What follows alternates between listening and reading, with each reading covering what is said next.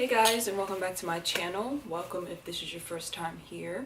So this is going to be a video about reparenting. I've been putting this video off for far too long, only because it's such a triggering topic for me. It's something that I'm still working through, but today I felt inspired to get up and film it.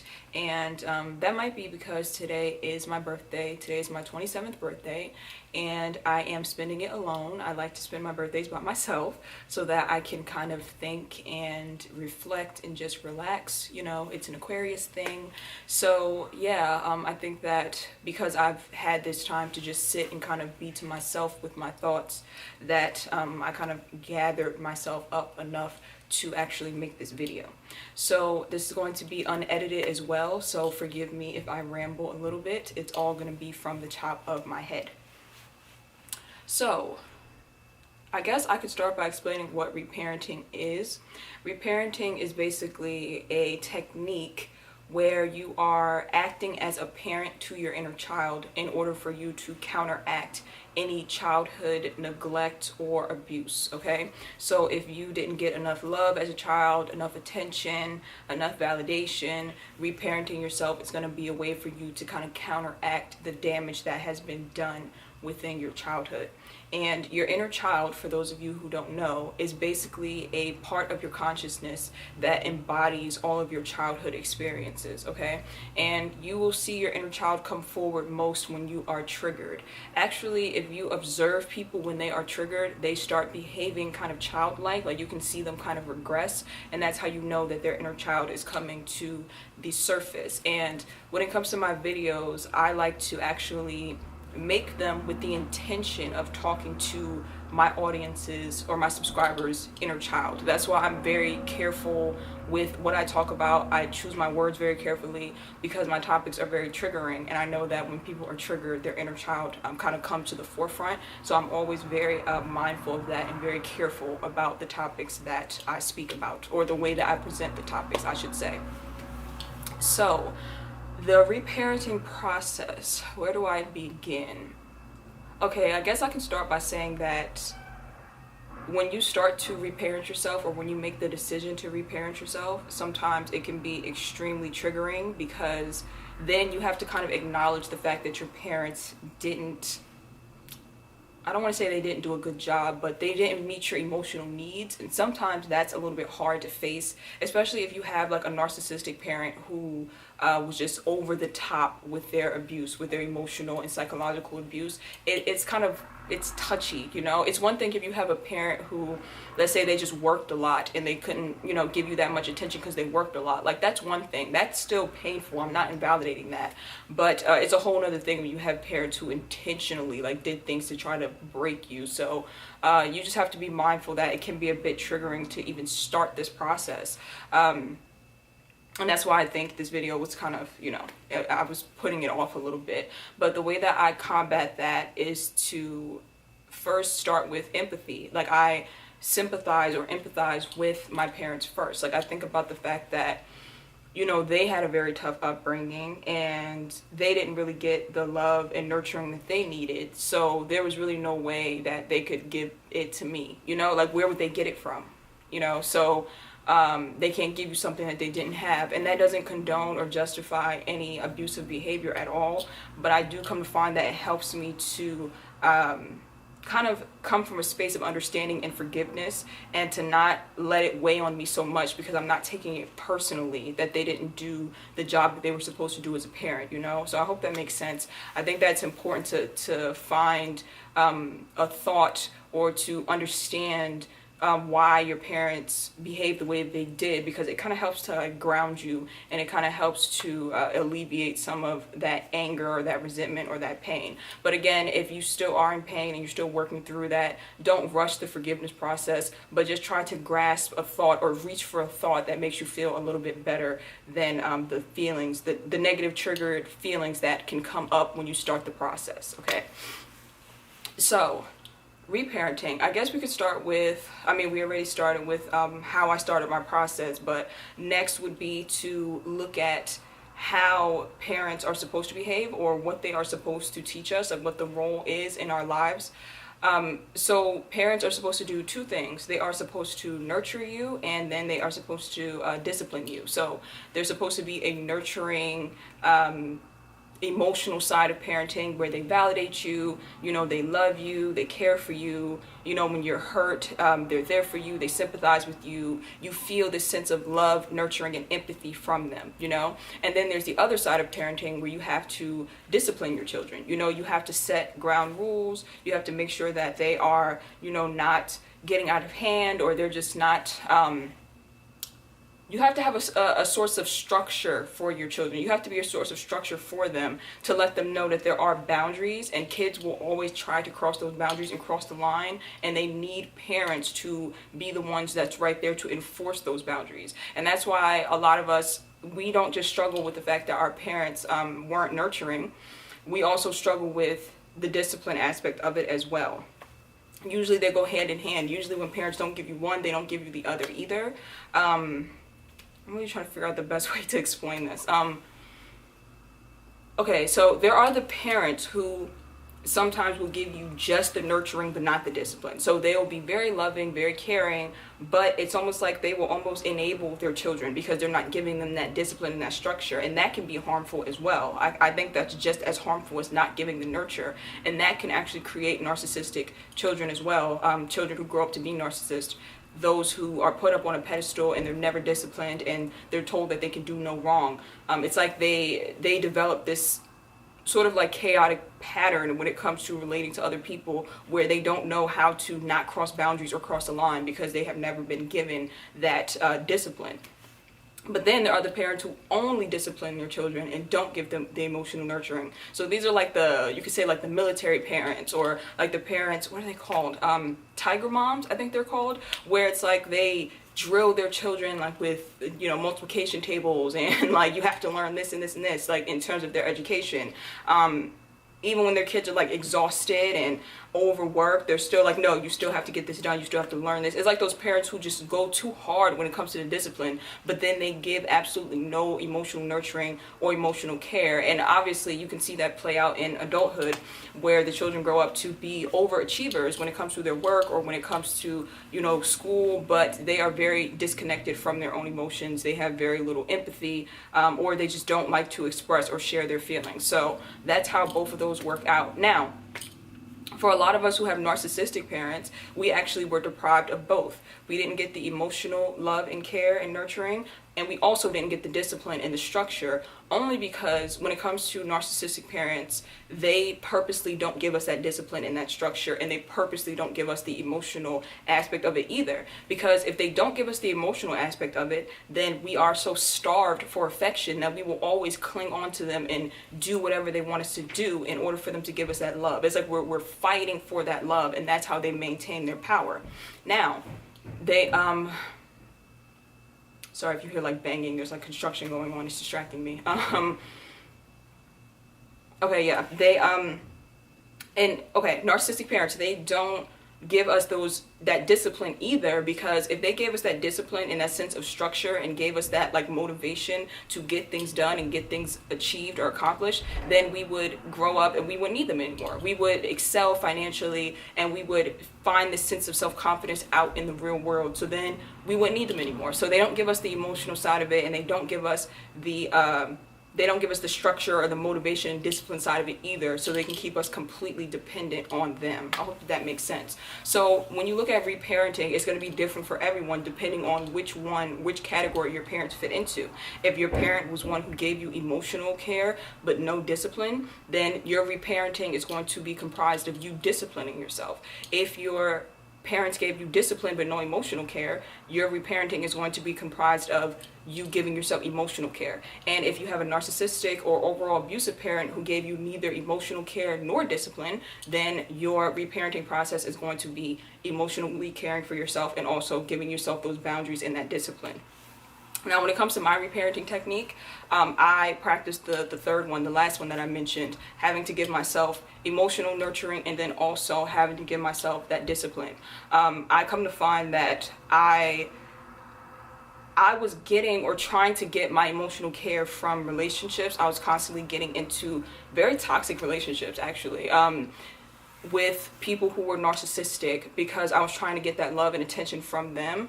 And when I discovered that I can be my own parent and I could be the parent or the person that I needed when I was younger, then I no longer needed those narcissists or those toxic relationships to validate me, and I no longer wanted to take part in them. And that's why this type of work is so very important. So basically, when it comes to reparenting myself in the emotional sense, I am constantly validating myself, and I have trained my inner voice to be a positive one. Whenever a negative thought about myself kind of creeps in, I kind of stand back logically and think, okay, is this negative thought coming from a place of constructive criticism, or is this a negative thought that I have internalized from poor parenting or from neglect, you know? So usually the negative voice is coming from a place of, you know, abuse and neglect. So then I will counteract that with speaking to myself positively and making sure I'm complimenting myself, making sure that I'm saying my positive affirmations and repeating them as much as I need to in my mind. Even if they don't feel like they're true at the moment, you just have to keep on going, and eventually they will feel normal. Like when I first started this, you know, telling yourself, okay, it's okay, you know, you're beautiful, you're wonderful, you're amazing. It feels very bizarre because your brain has not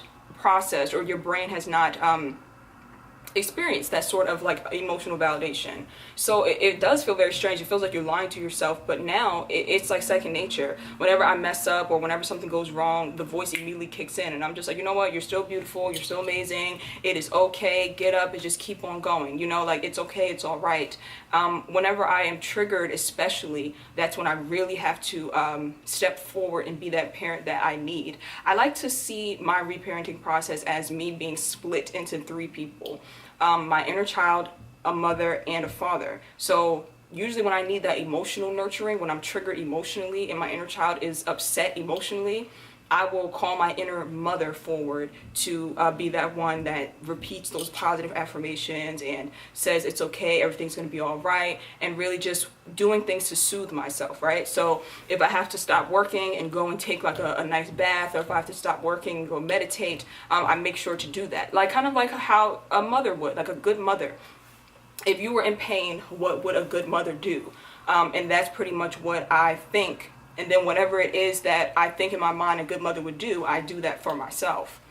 Now, when it comes to the other aspect of it, in terms of like discipline and structure, that's equally important, because you still need that discipline and structure to get further, or to get far in life, or to accomplish the things that you're meant to accomplish. And it's extremely important for those of you who have narcissistic parents, because you know your self-esteem has just been torn down to the ground, and we have a tendency as children of narcissists to underachieve because of that low self-esteem and the way that we have almost been crippled and taught to rely on our narcissistic parent. I have a video coming on that about infantilization, where abusive parents kind of purposely stagnate your growth in order for you to depend on them.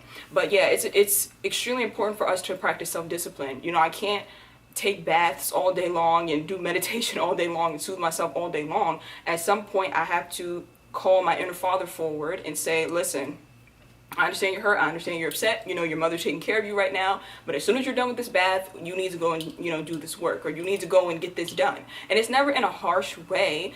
Just think about a father who would just be very encouraging, but very stern at the same time. So I'm trying to think of like a good example of this.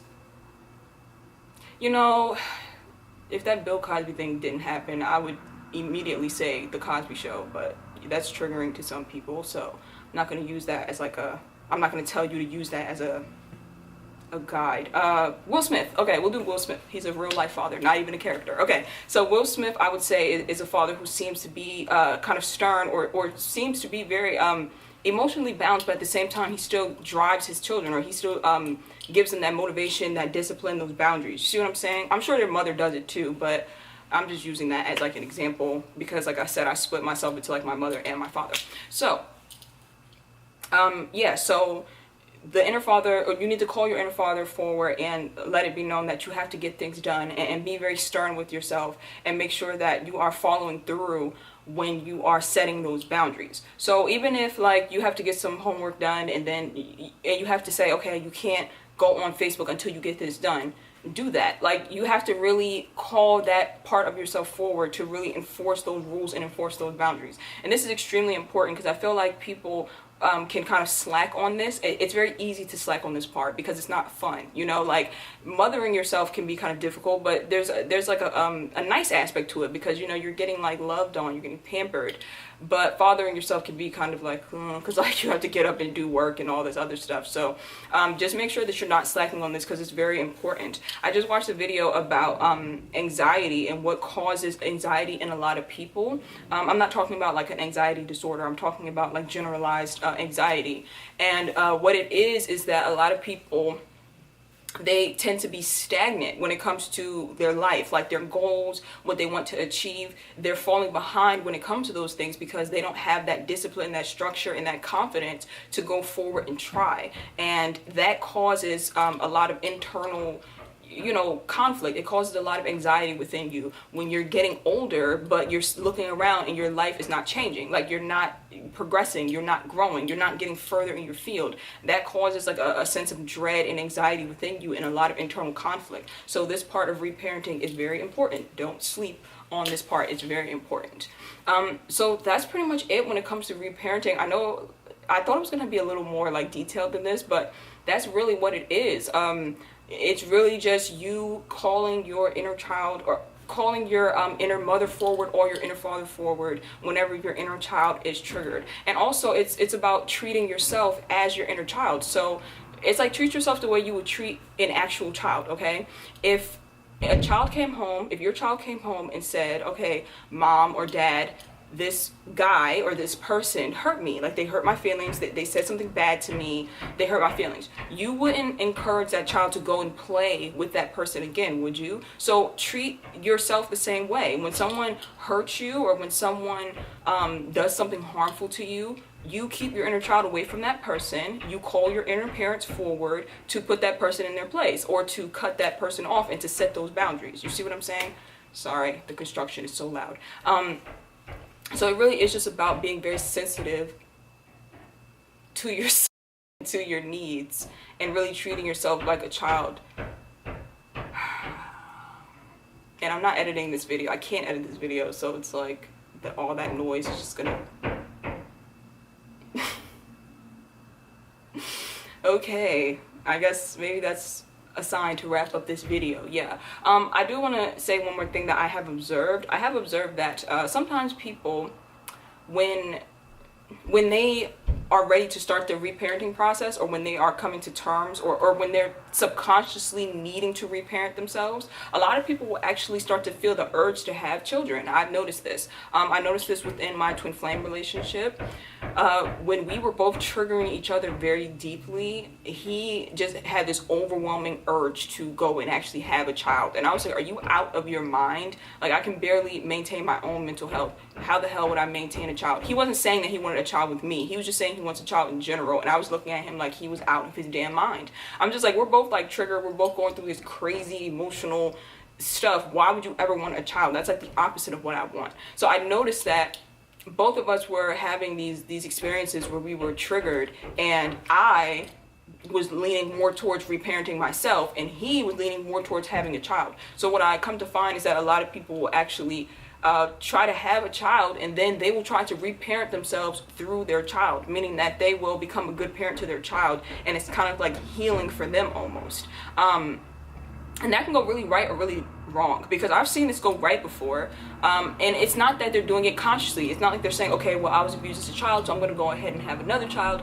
so then I can, you know, work out my trauma through that child. They're not doing it consciously. It's just something that I have observed that goes on within the subconscious. But yeah, I've seen people who have had very terrible childhoods have children and treat their children extremely well, and it kind of like counteracts, you know, the negativity of their childhood, but they still have to do individual healing. And like I said before, it could also go really wrong. Some people have kid after kid after kid trying to work out some type of trauma that they have in childhood, and they fail miserably. So that's why I always say it's better to do the internal work and to fix yourself, or not fix yourself, that doesn't sound good, to heal yourself and heal your inner child, because ultimately that will actually make you a better partner and also a better parent. So I hope that was helpful. I feel like I have to do 2 separate videos on how to mother yourself and then how to father yourself, because I feel like I have to go into more details on both. But until then, I hope that this overview, or this general video, gave you an overview of what it means to start the reparenting process. So thank you guys so much for watching, and sorry if the video was rambly. Like I said, it's not going to be edited or anything like that. So yeah, thank you guys for watching, and I will see you guys in my next video. Bye.